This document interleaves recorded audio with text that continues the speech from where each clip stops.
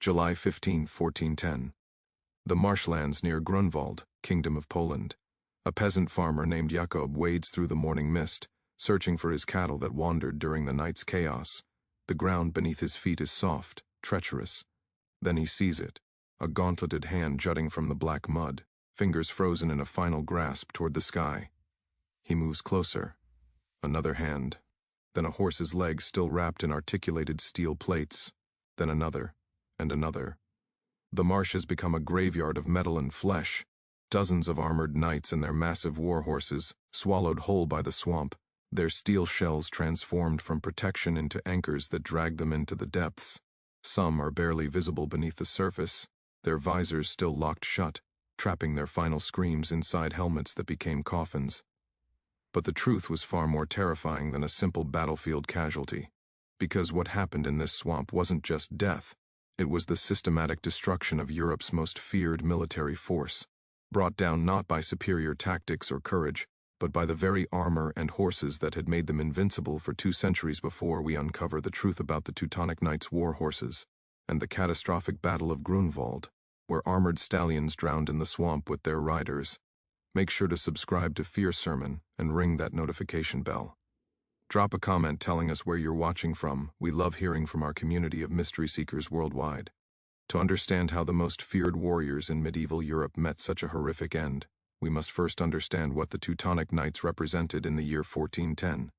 The Order of Brothers of the German House of St. Mary in Jerusalem, known simply as the Teutonic Knights, had ruled the Baltic region with an iron fist for nearly 2 centuries. Originally founded during the Crusades in 1190, these warrior monks had transformed from holy pilgrims into colonial conquerors. By the turn of the 15th century, they controlled a vast state stretching from the Baltic Sea to modern-day Lithuania, built on the forced conversion and subjugation of pagan peoples. Their power rested on 3 pillars: faith, fortifications, and horses. The Teutonic destriers, war horses, were not ordinary animals. Standing 16 to 17 hands high, these massive stallions were bred specifically for warfare in the heavy forests and marshlands of Prussia. Each horse underwent years of training, learning to carry up to 400 pounds of combined rider and armor weight. They were conditioned to charge without hesitation, to crush infantry beneath their hooves, and to remain steady amid the chaos of battle. A single Teutonic destrier represented an investment equivalent to a modern military vehicle, worth more than a peasant family would earn in 5 years. The knights themselves trained from childhood. Boys entered the order as young as 7, spending decades massed, airing horsemanship, swordsmanship, and the brutal mathematics of mounted warfare. By the time they took their full vows, these men were bonded to their horses in ways that went beyond simple partnership. They knew every temperament quirk, every stride pattern, every signal that passed between rider and mount. Their armor reflected this relationship. Teutonic plate armor of 1410 represented the pinnacle of medieval metallurgy, articulated joints that allowed surprising mobility, rounded surfaces that deflected blows, and a total weight that could exceed 60 pounds for the knight alone. The horses wore barding, steel plates protecting their heads, necks, and chests. A fully equipped knight and destrier together wore nearly 200 pounds of armor. This combination had made them seemingly invincible for generations. Grand Master Ulrich von Jungingen commanded the order in 1410, a career soldier who had risen through the ranks. Von Jungingen had spent his entire adult life in the saddle. He believed absolutely in the superiority of Teutonic cavalry. Why wouldn't he? For 200 years, the sight of charging Teutonic knights had sent armies fleeing before the battle even began. But in the summer of 1410, that supremacy faced its greatest challenge.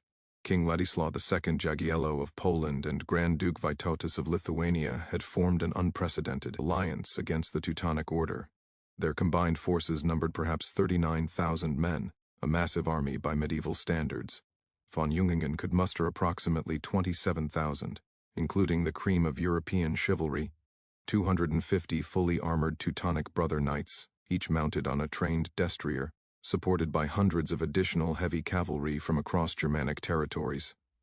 The armies converged near the villages of Grunwald, Tannenberg, and Stiebark, in what is now northeastern Poland. The date was set, July 15, 1410. What none of them fully appreciated was the terrain. The region was notorious for its deceptive landscape. Beneath seemingly solid grassland lurked marshes formed by underground springs and the overflow from numerous small streams. After a wet spring, these hidden bogs expanded unpredictably. To a man on foot, they were obstacles. To a horse carrying hundreds of pounds of armor, they were death traps. Local peasants knew to avoid certain areas. They recognized the telltale signs: slightly greener grass, subtle depressions in the ground, the presence of marsh plants. But to foreign knights unfamiliar with the territory, these subtle warnings were invisible. The stage was set for catastrophe. The battle began at dawn on July 15, 1410, but the seeds of disaster had been planted in the days before. The first incident occurred on July 13th, during the Teutonic army's march to the battlefield. A reconnaissance unit of 12 mounted knights rode ahead to scout the Polish-Lithuanian positions. They followed what appeared to be a firm cart path through a shallow valley. According to a letter late, found in the order's archives, written by a sergeant named Heinrich of Dortmund, Brother Conrad's horse stumbled, and in an instant both were thrashing in black water that had not been visible beneath the grass. It took 8 men with ropes to extract them, and even then the horse could not be saved, its legs broken from the struggle. The incident was noted but dismissed. One horse in unfamiliar territory. Accidents happened. The second warning came the morning of July 14th. The Teutonic army established their camp on a ridge overlooking the planned battlefield. Several squires took horses down to a small stream to water them. 4 animals ventured slightly off the path and immediately sank to their knees in hidden bog. Panic ensued as the heavy destriers thrashed, driving themselves deeper. According to an account from a surviving squire named Dietrich of Altenburg, preserved in the archives of the Ordensburg Marienburg, the more they struggled, the faster they sank. We formed human chains to pull them free. One horse went under entirely before we could save it. Brother Klaus said we should report it to the Grand Master, but our commander said it would create unnecessary worry before the battle. The report never reached von Jungingen. That evening, experienced local guides hired by the Polish forces warned King Władysław about the treacherous ground. The chronicler Jan Długosz, who wrote the definitive contemporary account, Annales cronicae incliti Regni Poloniae, recorded that the guides specifically identified areas where the earth drinks horses whole, leaving no trace save bubbles in the grass. The Polish commanders adjusted their battle lines accordingly, steering their forces away from the most dangerous zones. The Teutonic commanders received no such intelligence. The third incident occurred in the early morning hours of July 15th, mere hours before the battle. A patrol of 6 mounted crossbowmen rode the perimeter of the Teutonic position. 1 horse and rider simply vanished. The other 5 searched frantically in the pre-dawn darkness, and found their companion in a small depression, horse and man already submerged to the chest in viscous mud, unable to free themselves. By the time they pulled him out, both horse and rider were coated in black slime, and the animal was hyperventilating from panic. The soldier who discovered them, according to his later testimony during the order's internal investigation, immediately reported to his commander that the ground itself is trying to eat us. His commander's response: "Keep your superstitious nonsense to yourself. We fight in 3 hours." These were not isolated incidents. They were warnings, written in the language of the land itself. But military pride, unfamiliarity with the terrain, and the pressure of impending battle combined to suppress the mounting evidence that something was terribly wrong with the battlefield they had chosen. At dawn on July 15th, as the 2 armies faced each other across the fields of Grunwald, Grand Master von Jungingen made his final tactical decisions. He placed his elite cavalry, the brother knights on their trained destriers, in the primary assault positions. Their objective was clear: punch through the Polish-Lithuanian center with an overwhelming cavalry charge, breaking enemy morale and creating chaos that lighter troops could exploit. It was the same tactic that had won dozens of battles over 2 centuries. The Polish forces sent a traditional challenge: 2 swords delivered to the Teutonic lines, a ceremonial insult meant to question the enemy's courage. Von Jungingen accepted the challenge. Contemporary accounts suggest he was supremely confident. His heavy cavalry had never failed him. The battle began around noon with exchanges of artillery fire and crossbow volleys. Then, at approximately 1 p.m., von Jungingen gave the order that would doom his order: cavalry advance. 250 Teutonic brother knights, mounted on their massive destriers, each man and horse carrying the combined weight of 2 to 3 average people in armor and equipment, began their charge across the field toward the Polish lines. For the first 200 yards, everything went according to plan. The ground was firm. The horses accelerated into their devastating battle gallop. The Polish forces appeared to waver. Then the ground changed. If this story is giving you chills, hit that like button. Share this with someone who loves dark mysteries. Let's discover what happens next. Brother Gottfried of Swabia was in the third rank of the cavalry charge when everything went wrong. His testimony, given 3 days after the battle to a Teutonic investigator and preserved in the Order's records, provides the most detailed eyewitness account of those catastrophic minutes. The lead riders were perhaps 50 yards ahead of us when I saw Brother Klaus's horse stumble. But it did not stumble. It was sinking. One moment his horse's legs were visible, the next they had disappeared into earth that looked solid but was not earth at all. Then Brother Wilhelm beside him, his horse rearing in panic as its hooves found no purchase. Then Brother Arnulf. Then a dozen more. The Teutonic charge hit the hidden marsh at full gallop. What happened next was a cascade failure unlike anything in medieval military history. The massive destriers, carrying 400 pounds of combined weight, broke through the thin crust of grass and soil concealing the bog beneath. Their momentum drove them forward even as their legs sank into liquid mud. They didn't just sink, they punched through into hidden pockets of water and decomposed peat that existed beneath the surface layer. A horse standing still might have been saved. A horse at full gallop, its weight and velocity combined, had no chance. Gottfried continued. The screaming. I had never heard horses scream like that. They knew. They understood they were drowning. They thrash. Ed, which only drove them deeper. The armor made it impossible for them to swim, or even keep their heads above the mud. The riders tried to dismount, but their own armor was too heavy. Many couldn't even get their feet out of the stirrups before the horses rolled or went under. The Polish forces, positioned deliberately on firmer ground, watched in stunned disbelief. Jan Długosz recorded that initially the Polish commanders thought it was some kind of Teutonic trick, that the knights were deliberately dismounting for a tactical purpose.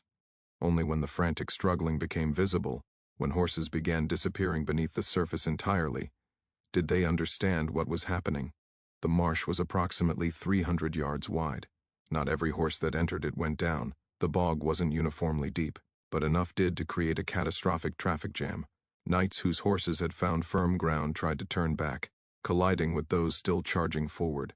Those on the edges of the swamp tried to ride around it, compressing into narrow corridors of safe ground that became bottlenecks. And in medieval warfare, a stationary cavalry unit is a target. The Polish-Lithuanian forces, positioned on elevated solid ground, opened fire with every projectile weapon they had. Crossbow bolts, arrows, artillery stones, all directed at knights who were trapped, unable to maneuver, watching their comrades and horses drown in front of them. Brother Gottfried, the Poles did not need to advance. They simply killed us where we stood. A knight on a horse that cannot move is a statue waiting to be toppled. The arrows found every gap in armor. Horses that had not entered the marsh were struck and fell, often pinning their riders. Those riders trying to help brothers extract themselves from the mud became targets. In less time than it takes to say a pater noster, our charge had become a massacre. Grandmaster von Jungingen, observing from the command position, made a fatal decision. Seeing his elite cavalry faltering, he committed his reserves. More mounted knights, ordered to swing around the marsh and attack the Polish flanks. But the marsh wasn't a single location. It was a network of hidden bogs stretching across the battlefield. The reserve cavalry hit additional pockets. More horses went down. More knights drowned in their armor. Von Jungingen himself, attempting to rally his forces personally, rode his horse directly into a bog pocket while trying to reach his struggling men. According to Polish sources, he was pulled from his drowning horse, but was immediately surrounded by Polish infantry and killed in close combat, still covered in marsh mud. The psychological impact on the remaining Teutonic forces was immediate and total. Their Grand Master was dead. Their elite cavalry was drowning in front of them. The enemy hadn't even needed to charge. The earth itself was destroying the Order's military might. By 5 p.m., the Battle of Grunwald was effectively over. The Teutonic lines collapsed. Those who could flee did so. Those who couldn't surrendered or died. But the true horror was only discovered in the days that followed. The morning after the battle, as the sun rose over the fields of Grunwald, the full scope of the disaster became apparent. King Ladislaw ordered his men to begin the grim work of cataloging the dead. What they found in and around the marshes would be documented in multiple contemporary chronicles, each struggling to convey the unprecedented nature of what had occurred. The Polish soldiers discovered that many Teutonic Knights and their horses hadn't simply drowned, they had been preserved. The bog mud, thick with peat and tannins, had created anaerobic conditions. Knights who had gone under early in the battle were found with their visors still locked shut, their hands frozen in positions suggesting they had tried desperately to open their helmets as they suffocated. Some had managed to get their helmets off, only to have their horses roll on top of them, in panicked thrashing, trapping them beneath hundreds of pounds of armored animal and waist-deep mud. Jakob, the peasant farmer from the cold open, was conscripted along with other locals to help with recovery efforts. His testimony, recorded by a Polish clerk and preserved in the Jagiellonian Library in Krakow, describes the recovery process. We used long poles to probe the marsh, feeling for metal beneath the surface. When we found something, we would dig channels to drain the water, then pull whatever we found free. Sometimes it was just armor, empty, the knight having managed to strip himself before drowning and then drowning anyway. Sometimes it was both horse and knight, frozen together in their death struggle. The worst were those where the knight was still in the saddle, still strapped to a horse that had sunk and couldn't be lifted. We had to cut them apart to bring them up. The recovery effort lasted nearly 3 weeks. The Polish crown initially intended to give the Teutonic dead an honorable burial. Both sides were Christians after all, but the sheer number of dead, combined with the summer heat and the difficulty of extraction, made individual burials impossible for those trapped in the marshes. Jan Długosz recorded that at least 203 Teutonic brother knights died at Grunwald, along with hundreds of additional men-at-arms and cavalry from Allied territories. The exact number who drowned specifically in the marshes is disputed, but contemporary sources suggest at least 60 to 80 armored knights and their horses were swallowed by the bogs. The Teutonic Order itself launched an internal investigation in the months following the battle. The surviving commanders faced intense scrutiny. Why had they not recognized the terrain dangers? Why had scouts not properly mapped the battlefield? Why had warning signs been ignored? The investigation records, preserved in the secret state archives Prussian Cultural Heritage found at in Berlin, reveal a devastating pattern of institutional failure. Local guides had been dismissed as unnecessary, with Teutonic commanders trusting their own reconnaissance. Multiple warnings about unstable ground had been suppressed by mid-level commanders who feared appearing cowardly. The Teutonic Order's doctrine emphasized aggressive cavalry charges to such a degree that tactical flexibility had atrophied arrogance born of 2 centuries of military dominance, had blinded the leadership to the possibility of environmental defeat. The investigation concluded with a remarkable admission, extraordinary for a medieval military order. Our brothers died not by enemy sword, but by our own pride. The earth itself rebuked our certainty. But accountability went only so far. The officers who had suppressed warnings about the marshes had mostly died in the battle itself. Von Jungingen was dead. The order's hierarchy had been decimated. There was no one left to punish except the institution itself, and it was already suffering the ultimate punishment, complete strategic collapse. The political aftermath of Grunwald was swift and brutal. The Teutonic Order, which had controlled vast territories and wielded influence across Europe, found itself suddenly vulnerable. The Battle of Grunwald hadn't just killed knights, it had destroyed the myth of Teutonic invincibility. In the Treaty of Torun, signed in 1411, the Teutonic Order was forced to pay enormous reparations and surrender territory. But the true cost was psychological. Knights across Europe who might have joined the Order chose other paths. The Order's financial supporters began withdrawing their backing. The political allies who had provided troops and legitimacy started hedging their bets. The horses, those magnificent destriers that had been the foundation of Teutonic power, became a liability. The Order began shifting toward infantry tactics and fortification defense, acknowledging tacitly that the age of heavy cavalry dominance was ending, at least for them. But perhaps the most disturbing aspect of the aftermath was what happened to the battlefield itself. The marshes of Grunwald refused to give up all their dead. For decades after the battle, local peasants reported finding armor and bones working their way to the surface after heavy rains. In 1512, more than a century after the battle, a local priest recorded in his church register that a farmer plowing near the battlefield unearthed a complete suit of armor with a skeleton still inside, the bones stained black by peat preservation. The farmer, terrified, reburied it without reporting to authorities. Modern archaeological investigations of the Grunwald battlefield, conducted between 2014 and 2021 by teams from the University of Warsaw and the Battlefield Museum in Grunwald, have confirmed what medieval chroniclers described. Using ground-penetrating radar and careful excavation of marsh areas, archaeologists have identified at least 12 distinct mass burial sites around the battlefield, but also numerous individual anomalies in the marsh areas that may represent unrecovered knights and horses still beneath the surface. Dr. Zbigniew Sawicki, lead archaeologist on the 2014-2017 excavations, told National Geographic in 2018, "The marshes have changed over 6 centuries. They've partially drained, then refilled with different water tables. What was deadly bog in 1410 might be solid ground now, and vice versa. There are almost certainly still knights down there that will never be found. The earth has kept them." But the implications of Grunwald extended far beyond the battlefield itself. The battle marked a turning point in European military history. The catastrophic failure of heavily armored cavalry at Grunwald contributed to a broader tactical revolution. While heavy cavalry continued to play roles in warfare, never again would commanders rely so completely on the charge of armored knights as the decisive battle-winning tactic. Infantry armed with pikes, longbows, and later firearms became increasingly dominant. The disaster also led to unprecedented changes in how European armies assessed terrain. After Grunwald, formal battlefield reconnaissance became standard practice. Armies began employing local guides as a matter of policy rather than arrogant option. Military manuals written in the decades after Grunwald specifically warned commanders about the dangers of deceptive ground that drinks horses.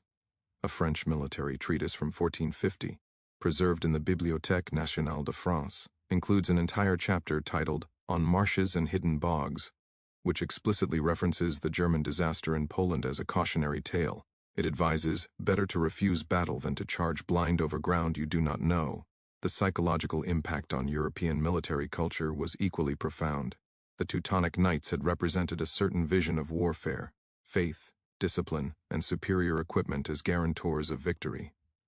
Grunwald demonstrated brutally that environmental factors could overwhelm even the most elite forces.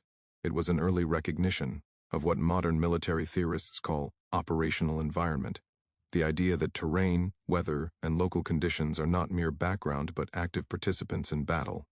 The Battle of Grunwald also provides disturbing insight into institutional failure. Multiple warning signs were ignored because they contradicted institutional assumptions. Mid-level commanders suppressed information that might make them appear weak or uncertain. Leadership made decisions based on doctrine rather than current intelligence.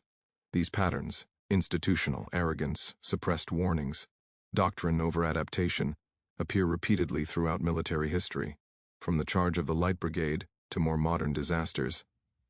Perhaps most chillingly, the horses at Grunwald were victims of human decisions they had no ability to question or refuse. These animals had been trained from birth to trust their riders absolutely, to charge when commanded even against their natural instincts. When their riders demanded they gallop across ground that every equine instinct must have warned them was dangerous, they obeyed, and they died for that obedience, drowning in armor that had been put on them, ridden by men who had trained them to ignore their own judgment.